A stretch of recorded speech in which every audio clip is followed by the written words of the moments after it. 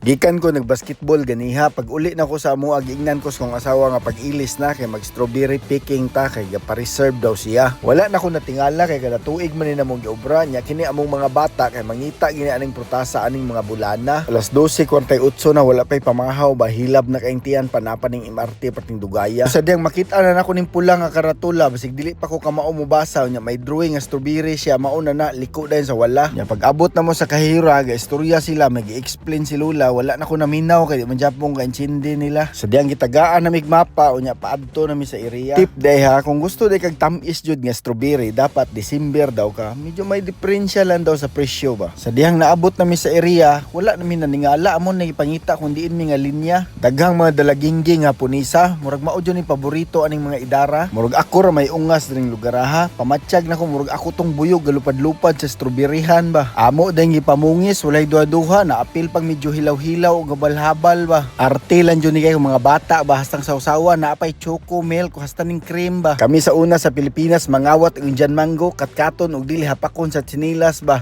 Nya masangit pang chinilas nga rambo nya maabot ang tag-iya gadago na dinaganay dayon gatiniil na lang ba. Unya kay tulyukan lagi sulod sa usa ka oras tagduha na kabuk akong ihamal ba. Oh my god. Oh my god. Mura lagi ko gigangbang aning plasadaha. Kaila mong Peter North. Kung kaila mong Peter North ato-ato na lang niha. Magminarite sa ta nabatian ako ndo katigulang nga punisa na istorya ganiha ba.